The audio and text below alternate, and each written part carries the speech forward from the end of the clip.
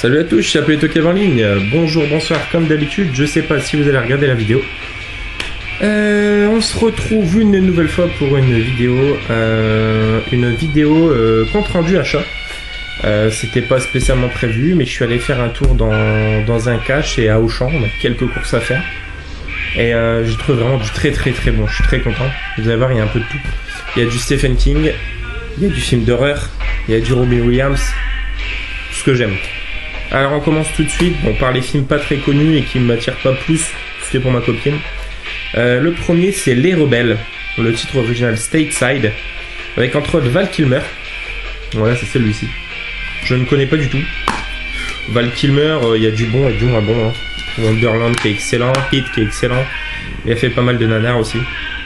Alors, en catchphrase, on a l'une des meilleures performances de Val Kilmer, je me méfie quand même. C'est un film a priori de 2009. Drame de l'adolescence qui évoque autant une vie volée que Full Metal Jacket. Les Rebelles révèlent le talent de Rachel Leigh Cook et Jonathan Tucker tout en offrant à Val Kilmer l'une de ses meilleures compositions. Une réussite par les producteurs de Bandit et Jugez-moi coupable. Voilà, si vous entendez la musique en fond sonore, c'est King Crimson, 20th Century Schizoid Man, un morceau que j'aime beaucoup. Très psychédélique. Alors, je vais vous lire le résumé. Impliqué dans un accident de voiture, Mark a le choix entre purger une peine de prison ou s'engager dans l'armée. Avant de partir en formation, il fait la connaissance de Dory, une actrice souffrant de schizophrénie dont il tombe follement amoureux. Mais les troubles psychologiques de la jeune fille inquiètent l'entourage de Mark, pour qui cet amour est voué à l'échec. Incorporé dans les marines, le jeune homme subit le traitement radical infligé par le sergent instructeur Skier. Celui-ci est bien décidé à faire de Mark un homme qui se respecte. Voilà, ça a l'air sympa, faut voir. Je regarderai sûrement avec ma copine. Donc Les Héritiers. Ensuite, voilà, c'est un film que je ne connaissais... Enfin, que je connaissais vaguement de nom. Avec Tom Hanks, qui est un acteur que j'aime énormément. Donc c'est Le Palace en délire. Voilà, trouvé pour 1,99€. Je sais que c'est un film assez rare à trouver. Et je suis plutôt content de le choper, du coup. Et ça me branche bien, hein, quand je vois derrière...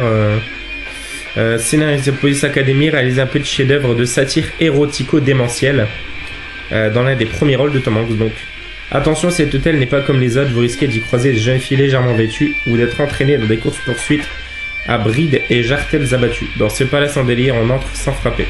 Pire que Porky's, voilà Porky's qui est une comédie que je trouve vraiment sympa, le 2 qui est aussi bon. Et donc voilà, Le Palace en délire, pourquoi pas. Tom Hanks, très cool. Ensuite, un nouveau film pour ma copine également. Voilà, le Dirty Dancing des années 90, ça a vraiment accroché au niveau de l'œil. Donc ça s'appelle Rich Girl, je connais pas du tout. C'est avec Jill Schoelen, qui a joué dans Le Beau-Père, Dan Michael Paul, qui a joué dans Winter People, et Paul Gleason, qui a joué dans Piège de cristal. Donc sur fond de musique rock de Côte Ouest, Rich Girl est un savoureux mélange de Pretty Woman et Dirty Dancing. J'avoue que ça fait envie. Courtney est la fille d'un millionnaire, Rick est le fils d'un clochard. Elle a été élevée dans les meilleurs pensionnats, lui à l'école de la rue. Tout les sépare et pourtant. Entre eux, c'est le coup de foudre. Pour lui, elle va quitter tout ce qui la rattache à son passé de petite fille riche. Ce qui va se passer, il va la rattraper lorsque son père et son ex-fiancé vont tout faire pour briser cette liaison. Why not? Donc, Rich Girl. Bon, on continue avec un film plutôt connu, assez récent, voilà, par les réalisateurs de la trilogie Matrix, donc les frères Wachowski. Je l'ai vu au cinéma, j'avais vraiment aimé. C'était avec Channing Tatum, Mila Kunis ou encore Sean Bean. Donc Sean Bean qui est le roi Snow, non, je sais plus, le roi dans Game of Thrones qui meurt au début. Et qui joue aussi Boromir dans Le Seigneur des Anneaux, bien évidemment, ou encore le Hitcher dans The Hitcher justement. Et donc voilà, c'est Jupiter, le destin de l'univers, donc avec Channing Tatum et Mila Kunis.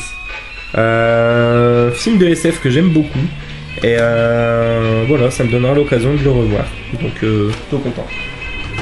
Ensuite, celui-là, je suis hyper content de l'avoir. Je sais pas s'il y en a énormément qui connaissent. C'est un film français qui mêle comédie et rock'n'roll. Avec la première performance de Julien Doré en tant qu'acteur, ou encore Jonathan Cohen dedans, que j'aime beaucoup. Ou encore Alexandre Astier, qui joue un policier vraiment très bon. Donc, c'est Pop Rédemption.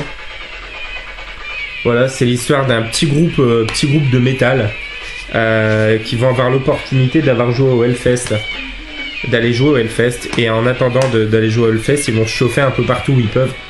Et vous voyez, ouais, voilà, c'est un groupe de métal, mais regardez la cover, vous allez comprendre tout de suite. Voilà, un bus hippie, des costumes un peu à la Beatles. Donc voilà. Et le titre, on dit long quand même, Pop Redemption. Et là, ça c'est eux, ça c'est le groupe. Et c'est vraiment une très très bonne comédie. Franchement, un vrai coup de cœur. Je suis très content de l'avoir trouvé celui-là. Il va avoir sa place justement dans les films musicaux. Donc Pop Redemption. À tous les amateurs justement de films rock et musicaux, que ce soit toi Tom Ciné BD ou encore Arius Movies. Franchement, si vous ne l'avez pas vu, je vous le conseille fortement.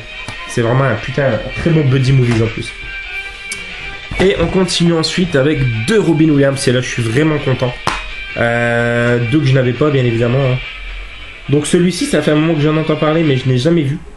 Donc c'est avec Robin Williams et Tim Robbins. Donc c'est Cadillac Man. Voilà, trouvé pour 2,99. Vraiment content.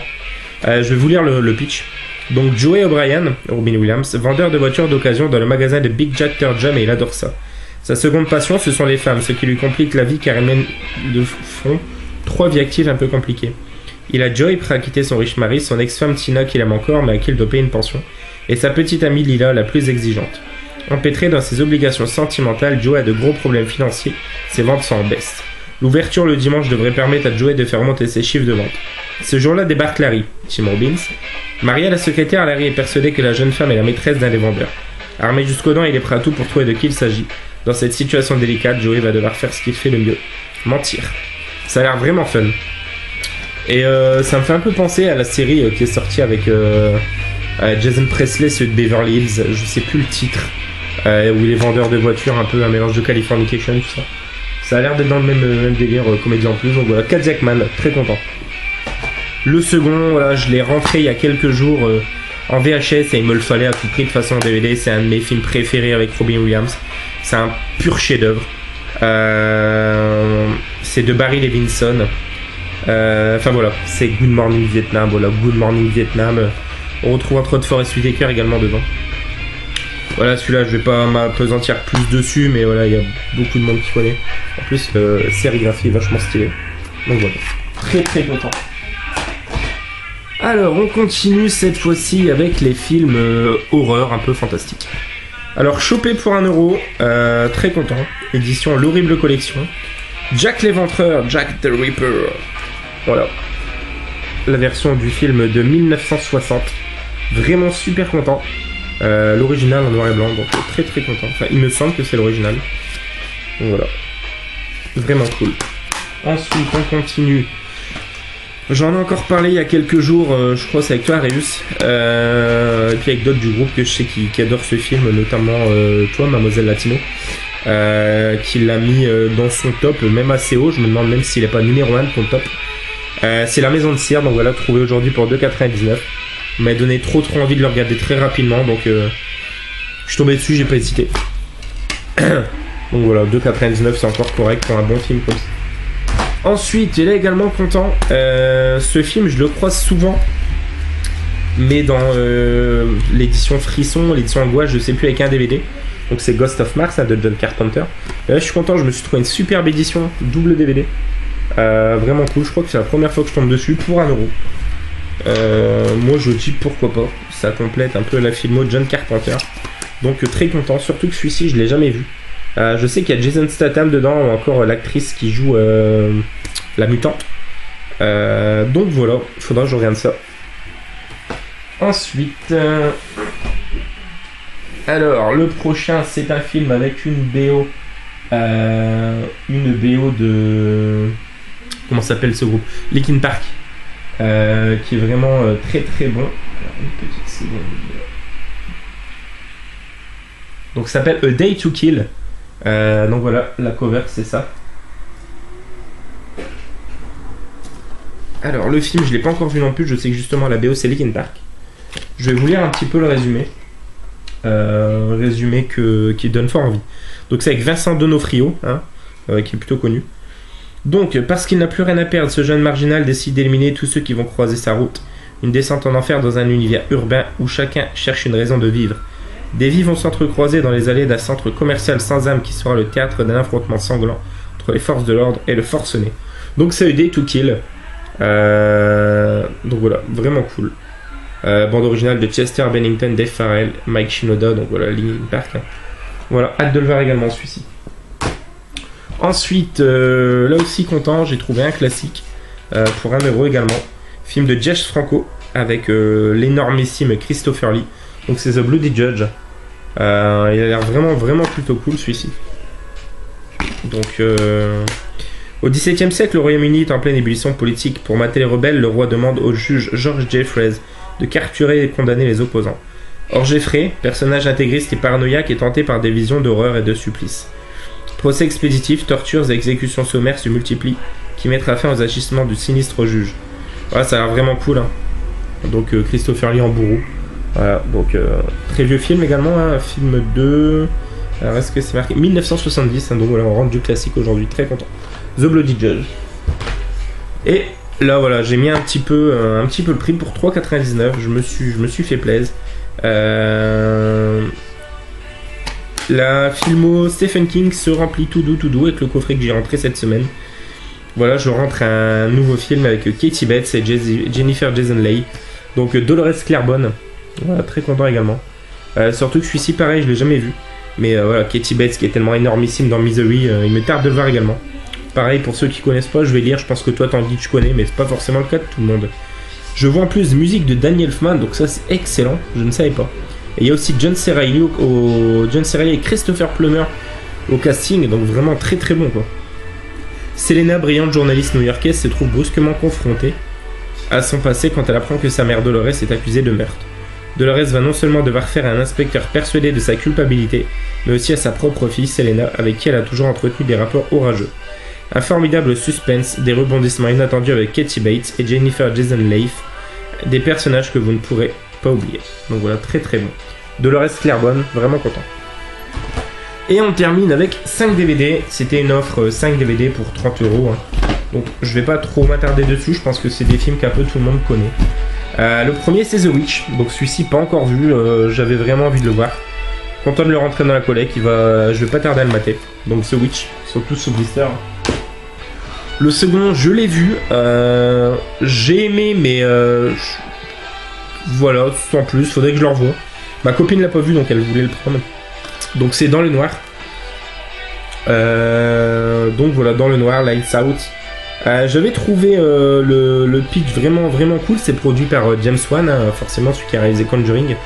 Le pitch vraiment cool, et pour le coup j'ai trouvé que parce que c'est adapté d'un court métrage justement qui s'appelle Lights Out je crois, et je le trouve vraiment meilleur. Pour moi ça comment dire, c'est pas ça se limite à son concept, mais justement le court métrage pour un film comme ça c'est excellent. Il y en a relativement assez. Je pense qu'au bout de quelques minutes dans le film, après, quand on a compris le principe, enfin, je vais pas dire on se lasse, mais il y a beaucoup de choses auxquelles on s'attend qui se passent. Donc voilà, bon après, hyper flippant, absolument terrifiant. Hein. Vous n'éteindrez plus jamais la lumière. Faut éviter de croire tout ce genre de phrases. Mais voilà, c'est pas mal. Faudrait que je le revoie quand même. Donc Dans le Noir. Le troisième, je l'ai trouvé excellent, je l'ai vu au cinéma, je sais que toi aussi tu aimes beaucoup Tanguy. Je crois que tu l'as eu il n'y a pas très longtemps d'ailleurs. Donc c'est Instinct Survie, un film de requin vraiment très bon. Blake Lively, la très belle Blake Lively. Surfeuse dans le film, et qui va, suite à une énorme vague, se retourner plusieurs fois tout ça, puis elle va être partie par un grand requin blanc. Et elle va devoir se réfugier sur un rocher. Pendant tout le temps du film, c'est un survival et c'est un huis clos. Et vraiment très bon. Franchement, il y a juste la scène de fin qui fait un peu trop Tom et Jerry à mon sens. Pour ceux qui l'ont vu, quand le requin il pique, voilà. Mais vraiment très bon quand même. Donc Instinct Survie.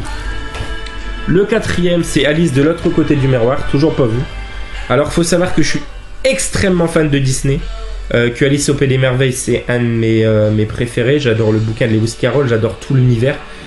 Je suis hyper fan de Johnny Depp et je suis ultra fan de Tim Burton. À savoir que le premier, j'ai pas aimé, j'ai vraiment eu du mal à rentrer dedans, j'ai pas aimé. Je trouve que pour le coup, l'association Tim Burton et Disney là, ben ça va pas trop. J'aurais préféré que ce soit fait par un autre réalisateur, bizarrement. Et voilà, je suis plutôt content que le 2, justement, ce soit pas Tim Burton qui s'y colle. Je regarderai ça avec beaucoup d'attention. Surtout qu'il y a Sacha Baron Cohen qui s'ajoute au casting. Donc voilà. Et le dernier, vraiment très content. Pareil, je l'ai vu au cinéma.